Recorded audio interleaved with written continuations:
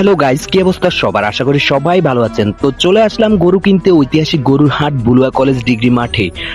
আর গরু দেখতে এসে কি গরু দেখবো, মাঠে দেখলাম গরুর থেকে মানুষের সংখ্যা বেশি।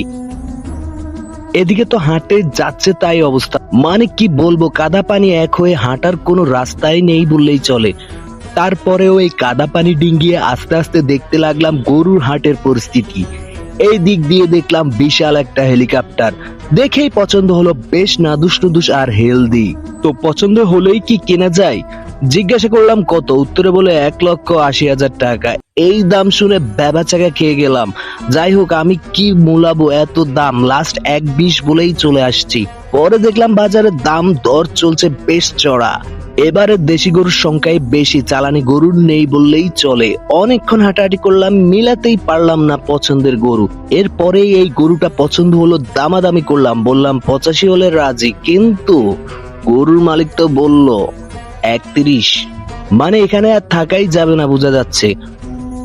তো এখন লোকাল মার্কেটে গরুর দাম বেশ চড়া বলেই আমি মনে করি, মানে বাজেটের বাইরে এখনো। এরপরে আর কি করব, আজ কেনা হলো না, কালকের হাটে না হয় দেখবো। আশা করি শেষের হাটে কিছুটা দাম কমবে বলে মনে করি। তবে সবার উদ্দেশ্যে একটা কথা বলে রাখি, গরু কিনতে গেলে অন্তত হার জিত নিয়ে আফসোস রাখবেন না। তকদিরে যা আছে তাই হবে, আলহামদুলিল্লাহ বলে চলে আসুন।